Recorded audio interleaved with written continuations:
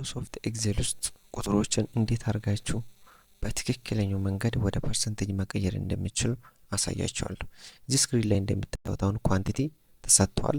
እነዚህ ነምበሮችን በፐርሰንቴጅ ነው ሪፕሬዘንት ማድረግ የፈለጋችሁት 15%፣ 20% ምናምን። አሁን ለምሳሌ እዚህ ጋር እንምጣና ሴሌክት አድርገን እዚህ ጋር ፐርሰንቱን ስንመርጠው በዚህ መልኩ ነው የሚቀይረው። ይሄ ደግሞ ልክ አይደለም። ስለዚህ እንዴት አድርጋችሁ በቀላሉ መንገድ እንደምትቀይሩ ላሳያችሁ። ለምሳሌ እዚህ ጋር 0.8 ብንልና ፐርሰንቴጅ እዚህ ጋር መተን ፐርሰንቴጅ ብንለው ይሄኛው 80% ይላል ማለት ነው። ስለዚህ እንደዚህ አይነት እንዴት አድርጋችሁ ሶልቭ እንደምታደርጉ ላሳያችሁ።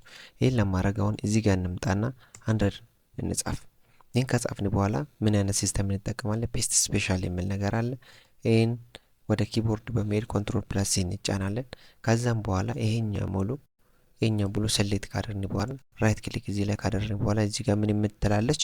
ፔስት ስፔሻል የምትላለች። እዚህ ጋር እንግባና ከዛም በኋላ እዚህ ጋር ምን የምትለውን እንመርጣለን? ዲቫይድ የሚለውን። ከዛም በኋላ ኦኬ እንለዋለን ማለት ነው። ይሄን ሙሉ ዳታ በዚህ መልኩ ቀይሮልናል።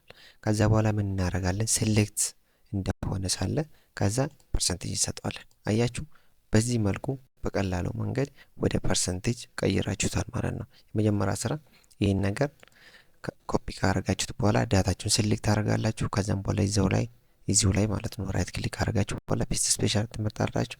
ከዛም በኋላ ዲቫይድ የሚለውን ከመረጣችሁ በኋላ ይሄኛው ለመቶ አካፍልና ይመጣል። ከዛም በኋላ ፐርሰንቴጅ ትመርጡታላችሁ ማለት ነው። እንዲህ በማድረግ ነምበሮችን በቀላሉ ወደ ፐርሰንቴጅ መቀየር ትችላላችሁ ማለት ነው። ቪዲዮ አስተማሪ ሆኖ ካገኛችሁት ላይክ፣ ሼር